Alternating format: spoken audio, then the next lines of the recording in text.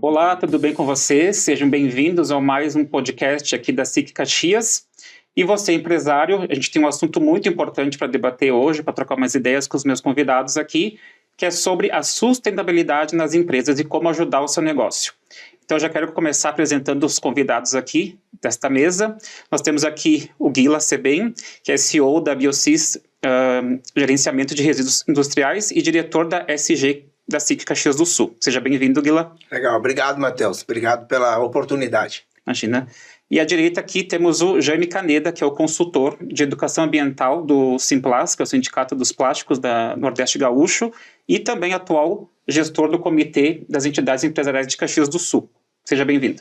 Muito obrigado, e é um prazer estar aqui para tentar ajudar a entender um pouquinho melhor o que a gente vai fazer.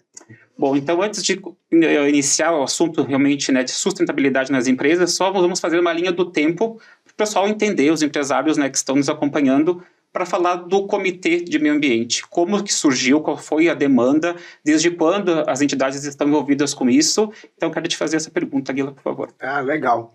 Então, o comitê nasceu de uma demanda, de uma necessidade dos empresários conversarem sobre a pauta meio ambiente, sobre a pauta que envolve a sustentabilidade das indústrias, do comércio, dos prestadores de serviço.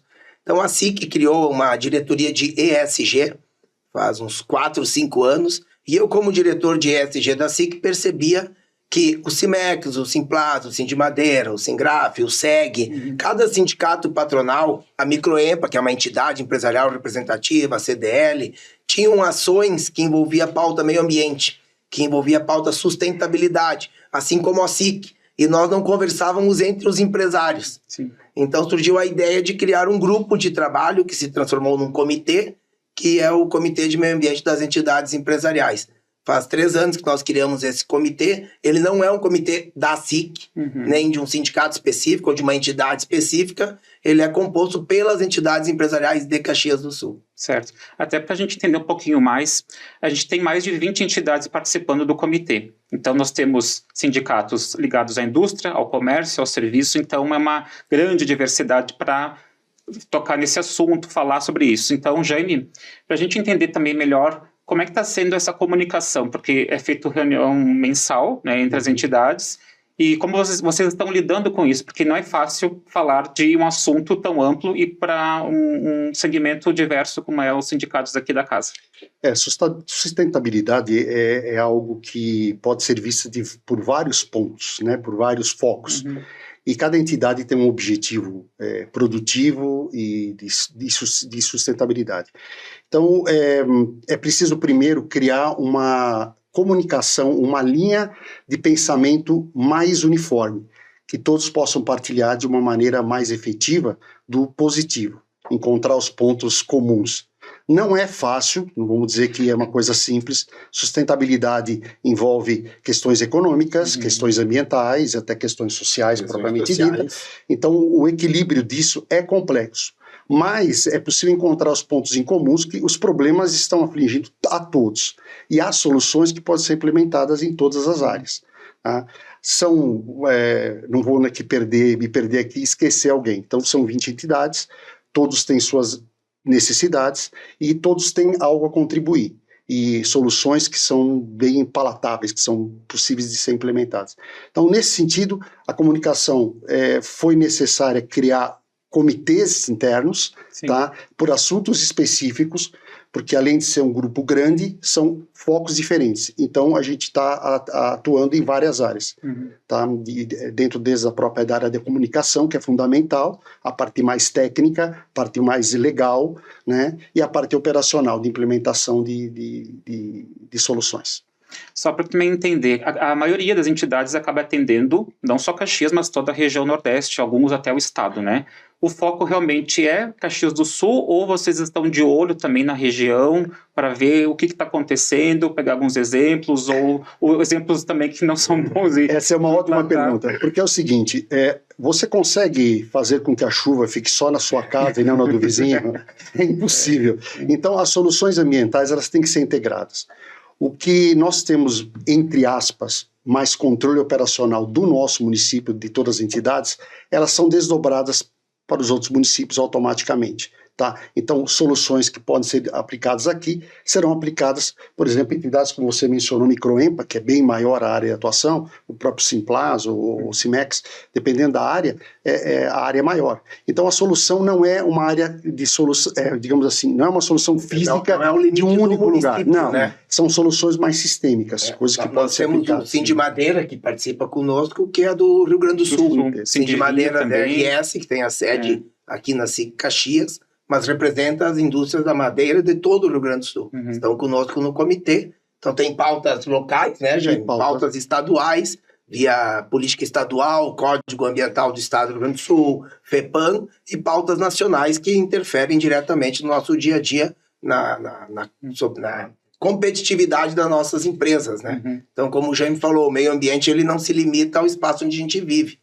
Ele se limita ao planeta Terra, né? Então a dimensão é enorme. Sobre alguns aspectos é mais interessante, é mais abrangente, e sobre outros é mais complexo. Exatamente. E dificulta um pouco. Mas a nossa função, é objetivo da criação desse comitê, desse grupo, de achar soluções locais que possam ser desdobradas e aplicadas de maneira mais geral. Né? Porque os problemas são maiores do que os problemas de Caxias do Sul. Tá. Até eu acho que a maioria das entidades tem um grande volume de pequenas empresas, né? Microempreendedores ou empresas de pequeno porte, que aí vem a próxima pergunta de como convencer as pequenas empresas que eles acham que são, né, sustentabilidade é coisa de empresa grande, mais estruturada, na equipe também, né, que está focada nisso, de ESG e tal. Mas não, acho que é ao contrário. A pequena empresa também pode implantar. Também é um desafio para o comitê e para vocês também que são da área. O que vocês enxergam para pequenas empresas entender o significado disso? Eu quero colaborar um pouquinho, não saindo da pergunta, mas o Jaime falou antes de sustentabilidade, né? Para quem está conversando aqui conosco nesse podcast, ele não se refere apenas à esfera ambiental. Claro, eu como ambientalista foco o meu trabalho na área ambiental, mas a sustentabilidade pressupõe o socialmente justo e pressupõe o economicamente viável. Tem que ser ambientalmente correto, mas se não for economicamente viável, não se sustenta. Se não for socialmente justo, não se sustenta. Então, sustentabilidade não é só uma questão do guila ambientalista, é uma questão de posicionamento da empresa perante o seu mercado, perante a sociedade, perante seus investidores, né, seus sócios e todos os órgãos que aquela entidade, aquela empresa se relaciona. Então, deixando claro que sustentabilidade são essas três esferas, né? Ambiental, social e de economicamente viável, né? E quando a gente fala da micro e pequena, tem que deixar claro que essa é a minha opinião, né? Não é mais uma questão de moda, é uma questão de bonito, é uma questão, que legal, cuidamos dos animais, fizemos plantio de árvores, tudo isso é importante. Mas a sustentabilidade, na minha opinião, é uma questão de sobrevivência. Sobrevivência da espécie humana na convivência com o planeta Terra, e se nós não formos uma sociedade sustentável, nós temos a tendência de, ao longo do tempo, ir se dizimando, desaparecendo, enquanto espécie, porque o pessoal costuma dizer, né, Jaime, não, nós vamos acabar com o planeta. Não, nós não vamos acabar com o planeta. Nós podemos chegar a um ponto de degradação do planeta que o ser humano não consiga mais sobreviver no planeta. Por não ter ar puro para respirar, por não ter água limpa para se alimentar, para produzir seus alimentos, para se hidratar, por não ter solo fértil, solo limpo para produzir alimento. Então a gente pode chegar a um ponto de degradação da Terra que a gente, enquanto espécie, não consiga mais sobreviver. Mas o planeta vai continuar existindo e a Terra não vai deixar de existir. Então essa é uma primeira pegada que eu quero deixar como provocação, é que não importa o tamanho da tua empresa, ela tem que entender que sustentabilidade é uma questão de sobrevivência da espécie humana e uma sobrevivência da tua empresa no mercado. Porque a tendência da sustentabilidade já não é uma tendência, é um presente e ele não retroage. Não é moda que vai passar. É uma questão de inteligência que a espécie humana percebeu que para sobreviver tem que viver de forma mais inteligente com a nossa casa comum, que é o planeta Terra. Então não é uma questão de, vou fazer porque é bonito. Não, vou fazer porque é necessário. Voltando para uma realidade esse é o contexto geral e é irrefutável, mas não adianta. Eu gosto muito da frase, quando eu vi pela primeira vez, né? Como é que se come um elefante? Né? Bocado por bocado. Não adianta você querer abranger o mundo.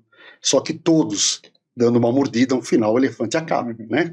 Então, o que nós temos que fazer? E pensar a nível operacional. O empresariado hoje começa a ter uma visão de que o mercado, o ser humano, a sociedade está mudando, tá? Por uma necessidade. E o que isso impacta no processo produtivo? O que isso impacta nos seus custos? O que isso impacta na sobrevivência de uma empresa? É preciso ter um foco diferente. Todo empresário, ele procura sustentabilidade. Mas a primeira sustentabilidade que ele tem que ter é a sustentabilidade econômica, porque senão o seu negócio não sobrevive. A diferença hoje é que buscar a sustentabilidade econômica é necessário se juntar à sustentabilidade ambiental. O que está um pouco diferente é que o empresário não consegue visualizar ainda, né, qual é o que eu mudo, né, na minha maneira de ser, da minha maneira de produzir e fazer, para atender à sustentabilidade e ser vantagem para nós, tá? Ser vantagem para a sustentabilidade econômica. Dá um exemplo bem prático, tá? A região aqui, os pequenos, isso é em todo o Brasil, mas bastante marcante aqui, é que o pequeno, ele controla seu processo produtivo. Se eu for produzir alguma coisa, matéria-prima, tal, não sei o que, contas, a gente, tal, ele não, se parar para pensar, ele controla o quanto de energia ele gasta por cada produto. Ele sabe o quanto de água, o quanto de recursos naturais que tem custo e vão ficar cada vez mais caros. Então, hoje, ele trabalhar no sentido de sustentabilidade econômica aliada a isso dentro do seu negócio, ele vai ter reduções de custo e ele vai ser sustentável. O quanto menos recursos eu uso, mais sustentável eu sou. Eu não preciso fazer mágica. Se você se focar nisso, você vai ser mais sustentável. Eu gosto muito do nosso falecido Fushio Toyota, né? O cara inventou um sistema de produção, eu como engenheiro mecânico, a gente acha tudo bonito e maravilhoso.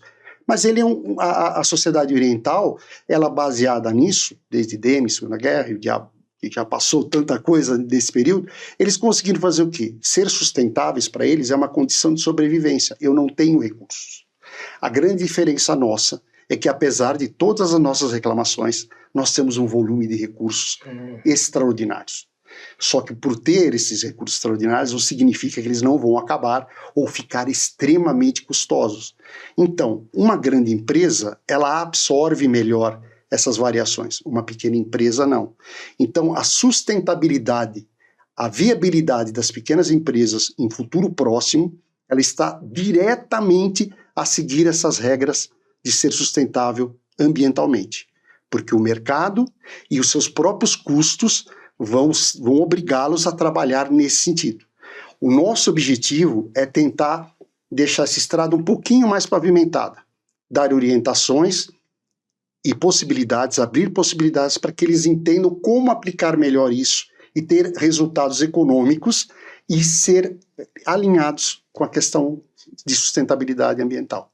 Eu acho que foi muito do encontro que a gente sempre fala por estar aqui dentro, né, de uma entidade, né, cada um no seu sindicato, ou através de uma consultoria da SIC, CDL, Microemp, enfim, porque como coletivo tem várias empresas, né, estão com o mesmo problema. E aí, às vezes, ele não para pensar e planejar. O que eu posso fazer? Uma pequena mudança dentro do meu negócio vai refletir tanto na produção quanto na venda, vai refletir no outro, né, seja concorrente ou não, direto ou indireto. Sem dúvida. Né? Então, é só o reforço de estar inserido dentro de uma entidade para ter essas consultorias, né, essas orientações e, enfim, deixar o empresário tranquilo. Não, tu não é o único que está com esse problema, né? Tem várias empresas, do que a gente pode fazer para melhorar.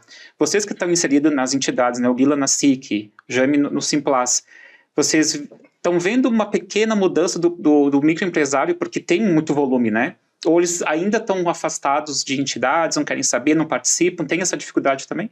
Antes dessa resposta, o Guila trabalha numa área muito afim nisso. E é uma coisa que é comum que a gente encontra em toda a área. Porque todos nós somos humanos. Mudar é difícil. Não adianta querer dizer, mudança é A difícil. mudança cultural. Né? Se você a vida inteira seguir uma linha, uma estrada, aí cria uma autopista para você, uma via muito mais rápida, né? Mas mudar é complicado.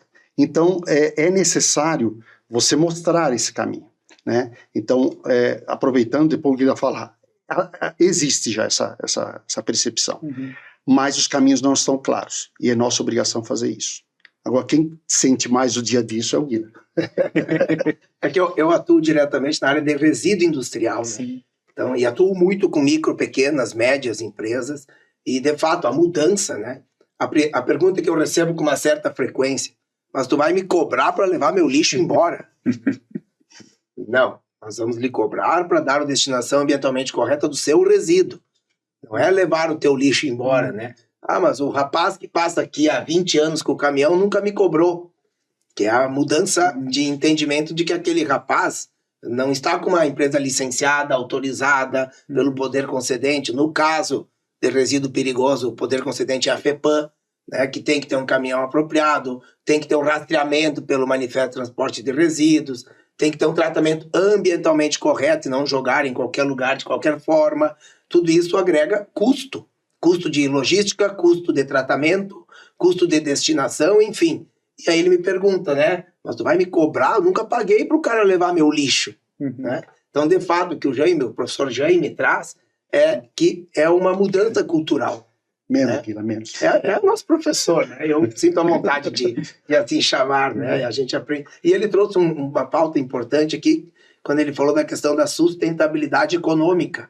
E, de fato, na época do meu avô, que foi empresário da área de malharia, década de 70, década de 80, era lucro a qualquer custo. Sim. A sustentabilidade econômica mandava na empresa. Depois vinham as pessoas e depois vinha o meio ambiente, né? Na década de 70, 80.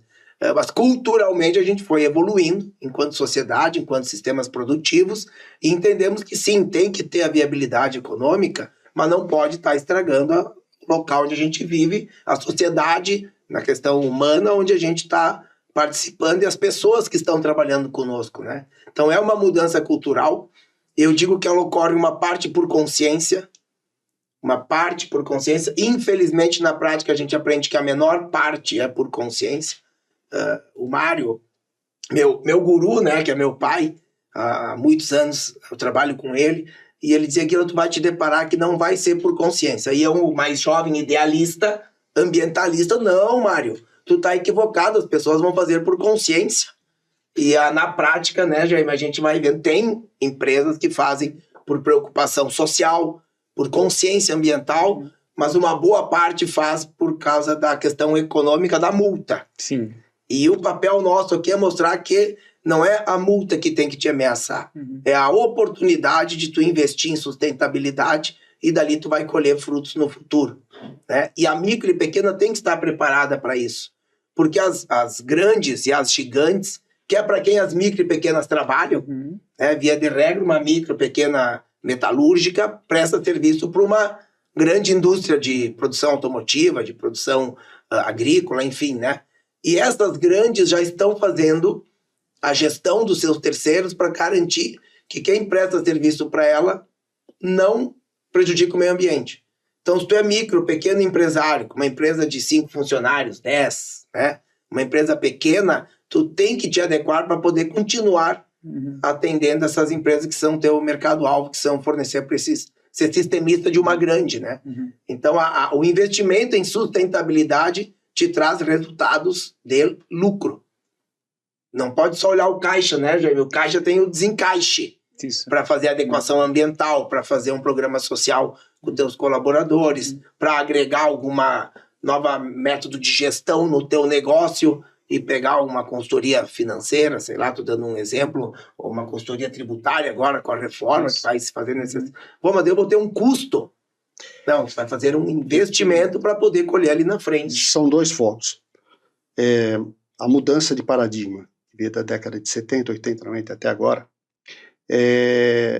eu vou cumprir a lei, eu vou ter um custo para isso, porque senão eu teria um prejuízo por uma questão legal de eu ser multado.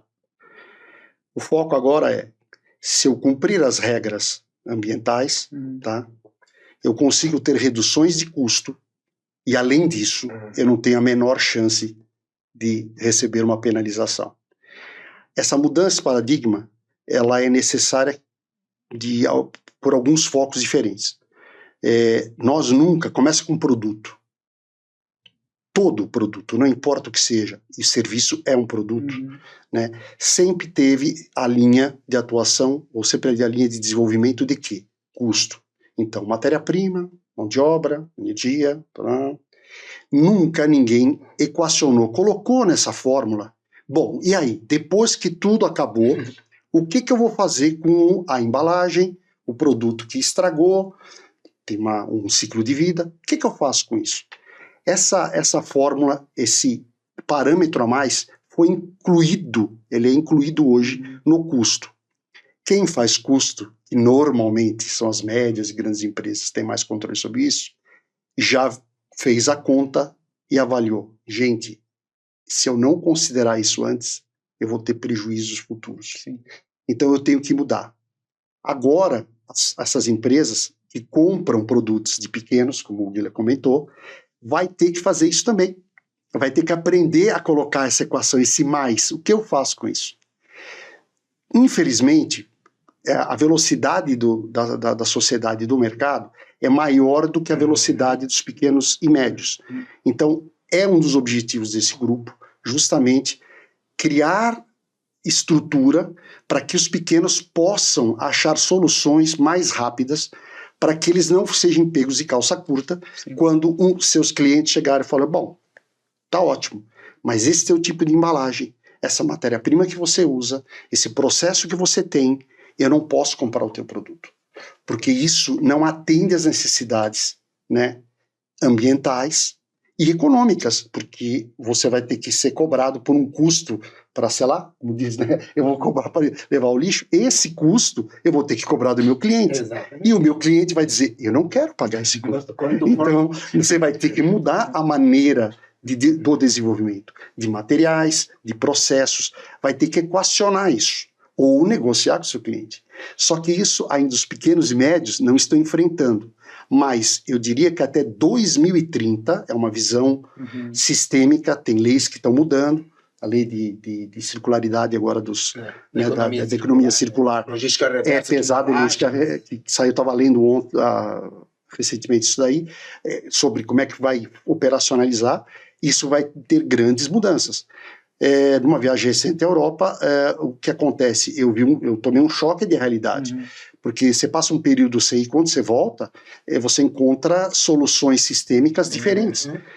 Portugal, por exemplo, é um país que decidiu que não deve ter o uso único do plástico. Então, tudo é em papel. A Espanha já tomou uma decisão diferente. Quem está certo? Vamos ver no futuro. Sim. Porque o papel tem um custo de fabricação maior a nível ambiental do que o plástico. A curto prazo, ótimo. A longo prazo, ou a médio prazo, eles vão ver que o buraco é mais embaixo. Não são erros, são posturas, são objetivos, são caminhos. Nós temos que encontrar o nosso. O que funciona lá, não funciona aqui. E para isso é a nossa indústria, é o nosso local, a nossa cultura, as nossas matérias-primas, as nossas fontes de energia, que são excepcionalmente limpas comparadas com as europeias. Então, essas soluções nós vamos ter que ver. Tá? E aí vem um conceito importante que eu entendo que elas são tecnologias complementares. Então vai ser tudo de papel e vamos abolir o plástico. Não, na minha opinião, não é esse o caminho. Então vamos botar tudo de plástico e vamos parar de usar papel. Só vidro.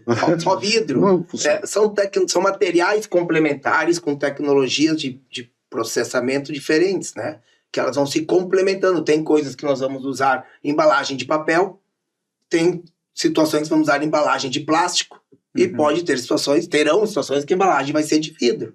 Né? Depende do que tu quer entregar pro mercado, pro teu cliente. Então, esse conceito, né, Jaime, que não, nós vamos abolir o vidro. Nós vamos voltar com uma frase antiga que vai virar nova. A melhor relação custo-benefício. Exatamente. A diferença é benefício ambiental. Exatamente. Porque o custo-benefício é o custo financeiro e o custo ambiental, né? O benefício ambiental, né? Tem que juntar os dois. E envolve também o social, porque tu pega o vidro, por exemplo, né? Até décadas atrás, se extraía areia de rios sem, não posso dizer sem controle, mas... Né? Sim. Vamos falar que foi 50 anos atrás, para não comprometer. Não vamos entrar no mérito da questão agora. Mas isso gerou um custo social. Gerou um custo social, a extração desenfreada de areia dos lagos, dos rios, dos leitos de rios, por décadas, gerou um problema, um dano ambiental, mas gerou um passivo social daquelas sociedades que viviam naquela comunidade que depois passaram a ser afetadas. Então, hoje, quando a gente pensa numa ação humana sobre a natureza, tem que pensar qual é o impacto ambiental. Porque toda ação humana gera impacto ambiental. Eu digo, a gente nasce já gerando resíduo. Faz xixi, Respirou. cocô, pronto. Respirou, já emite CO2. Aí o oxigênio liberou dióxido de carbono, já está gerando, né? Você imagina 8 bilhões de pessoas gerando CO2. Então, se fosse resolver o problema do gás de efeito estufa... Vamos parar de respirar. Elimina a raça humana, está resolvido o problema do planeta. Não ainda que tem os que geram metano, né? Sim. Até perguntar, porque a gente sabe que a resistência do empresário, né, é sobre isso, né, é tentar convencer aos pouquinhos doses homeopáticas, né, e eu acho que os encontros que vocês têm aqui dentro de entidades, ou até na consultoria que vocês dão para empresários, não sei se vocês têm algum case para compartilhar com nós, de tanta insistência, de mostrar, né, de planejar que, olha, fazendo isso, fazendo todo esse planejamento, ele entender que ser sustentável não é só cuidar dos resíduos. Tem algum exemplo para dar para nós, até para quem nos acompanha aqui também? Deixa eu trazer uma situação que aconteceu recente comigo. Eu fui participar de um debate na Sociedade dos Engenheiros do Rio Grande do Sul, a SERGS. O debate era valorização de resíduos. Me chamou a atenção, eu fui participar. Estava o diretor-presidente da FEPAM, estava o executivo da CRVR, que é a Companhia Rio Grandense de Valorização de Resíduos, que é do grupo Solve, que é um dos grupos ambientais de maior expressão do Brasil. Tem aterro em Minas do Leão, tem aterro em São Leopoldo, tem unidade de blendagem para coprocessamento, trabalham com resíduos de saúde, enfim. E eu fui lá na Sociedade de Engenharia, imaginando, Jaime, que nós íamos... Né, eu estava curioso para participar como ambientalista de qual era a posição da Sociedade de Engenharia. E a pauta foi tecnologia, engenharia para meio ambiente, para valorização de resíduos, para pegarmos um resíduo e transformarmos em algo que seja um ativo para a sociedade, e não mais um passivo ambiental e um passivo para a sociedade. Então, compartilhando essa experiência, por que eu estou trazendo ela? Porque se tu fosse numa uma reunião de engenharia 20, 30 anos atrás, a pauta ambiental não estava colocada. Ou 40, né? Não sei, estou dando... não sei bem qual é o tempo correto. Por quê? Porque não era importante. Importante eram as obras de arte de engenharia moderna, as obras de arte da engenharia de infraestrutura urbana, de vias e logística. O importante era fazer, independente do... Entende? E eu fui lá para a Sociedade de Engenharia, a pauta era meio ambiente. Como usar a tecnologia, a engenharia em prol de pegar resíduos, que é um passivo, que é um, entre aspas, um lixo, e transformar aquilo em um ativo para a sociedade, usando o conhecimento e a inteligência da engenharia.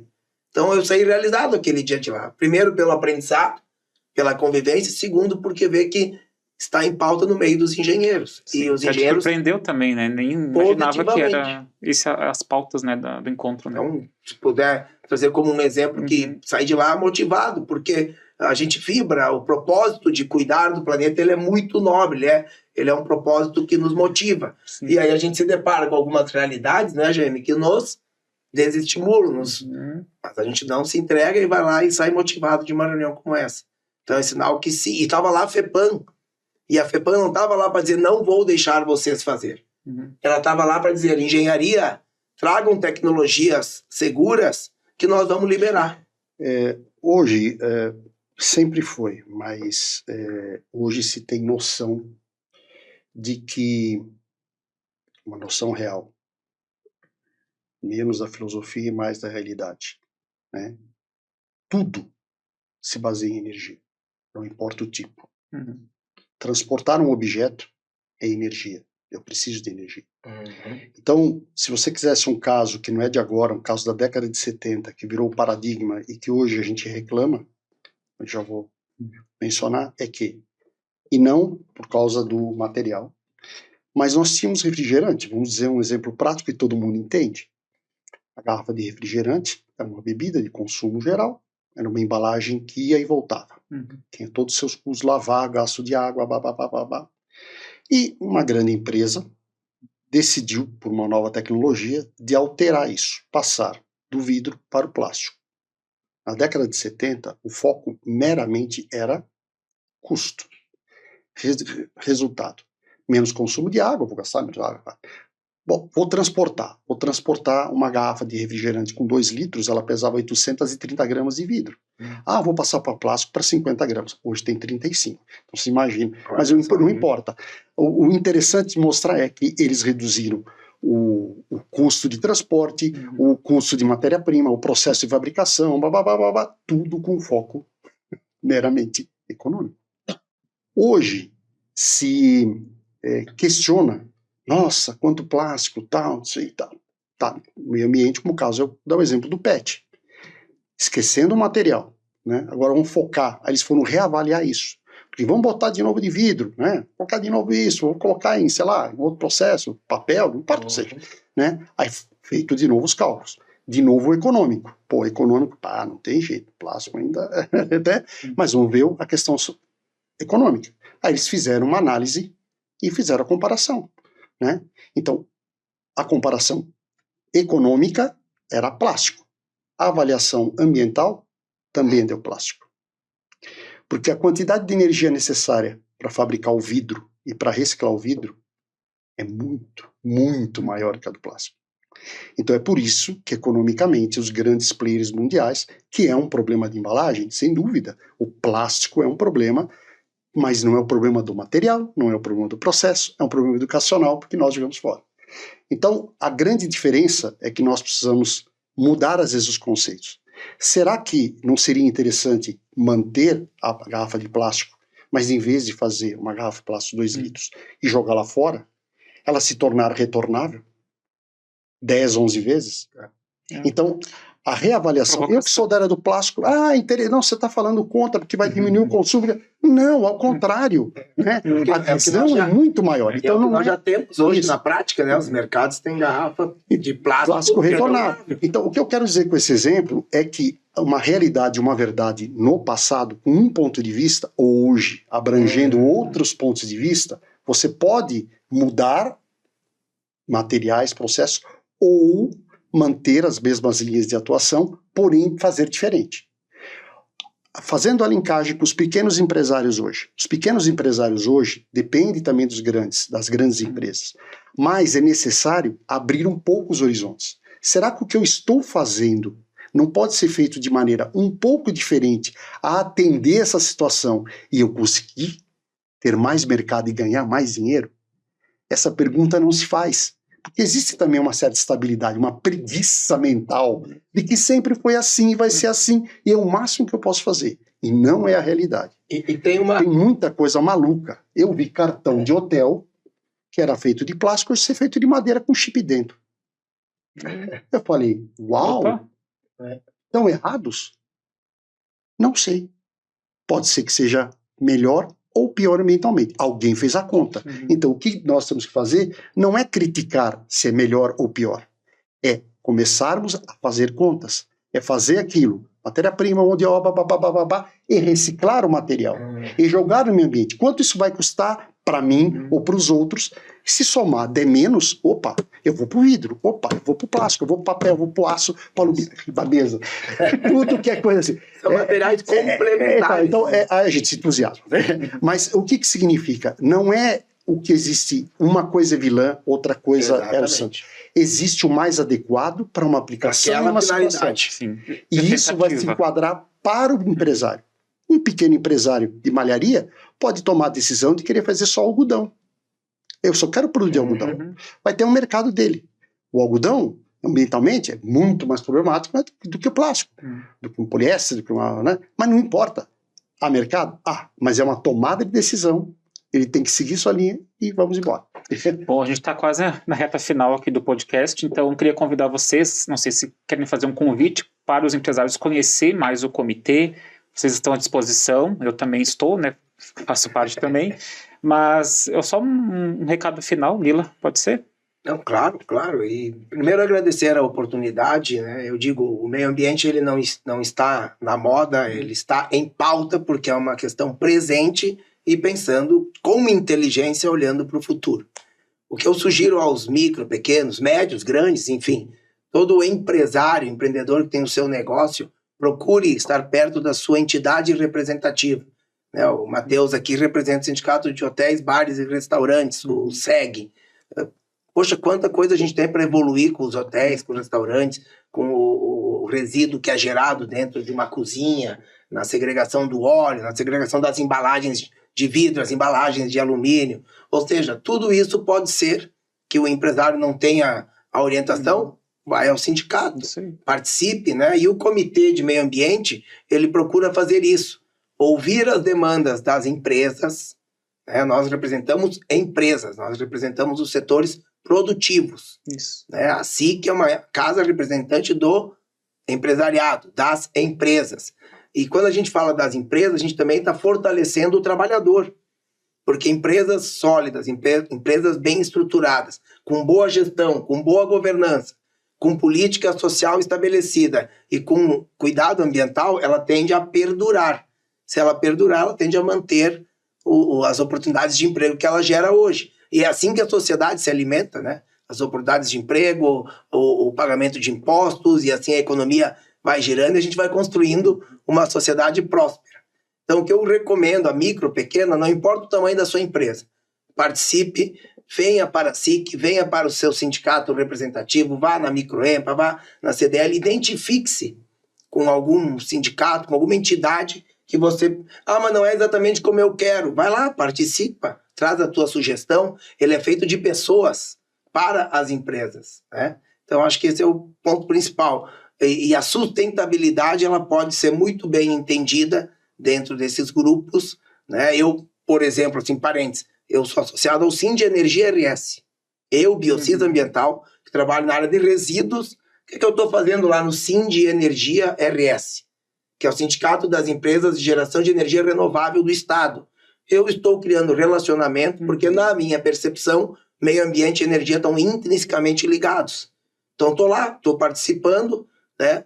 Tem coisas que eu vou lá e fico sem entender nada que eles estão falando, quando vão para as offshore, produção de energia eólica em oceanos. Eu fico lá na reunião, eu aprendo, mas não consigo contribuir muito. Mas estou lá aprendendo que energia renovável é o caminho da fonte energética brasileira. Se tu não estiver lá nesse meio, como é que tu vai estar sabendo o que está acontecendo neste mundo, né? Sim. Então, a minha sugestão, Matheus, é que procure a sua entidade representativa de classe, se aproxime, participe, critique, sugira, mas esteja presente. Seja em movimento sempre. Esteja em movimento. O associativismo fortalece o seu negócio. Principalmente, cria normas para o seu setor. E aí, às vezes, o pessoal reclama que o meu setor foi criado uma norma nova lá no Congresso e nós, empresários, não fizemos nada. Mas o que tu fez? Vai, procura a tua entidade, faz a movimentação. E assim a gente consegue construir uma sociedade sustentável. Jaime, você que é do Simplas, algum recado? O empresário, ele é um ser solitário. E ele procura ser solitário. E esse eu acho que é o maior erro. Todos nós aqui, né, empresários, também sabemos disso. O ser solitário, ele não vai no médico, ele não se preocupa com ele mesmo, ele se preocupa com a empresa, com o que vai acontecer, com o dia de ontem, o dia de amanhã.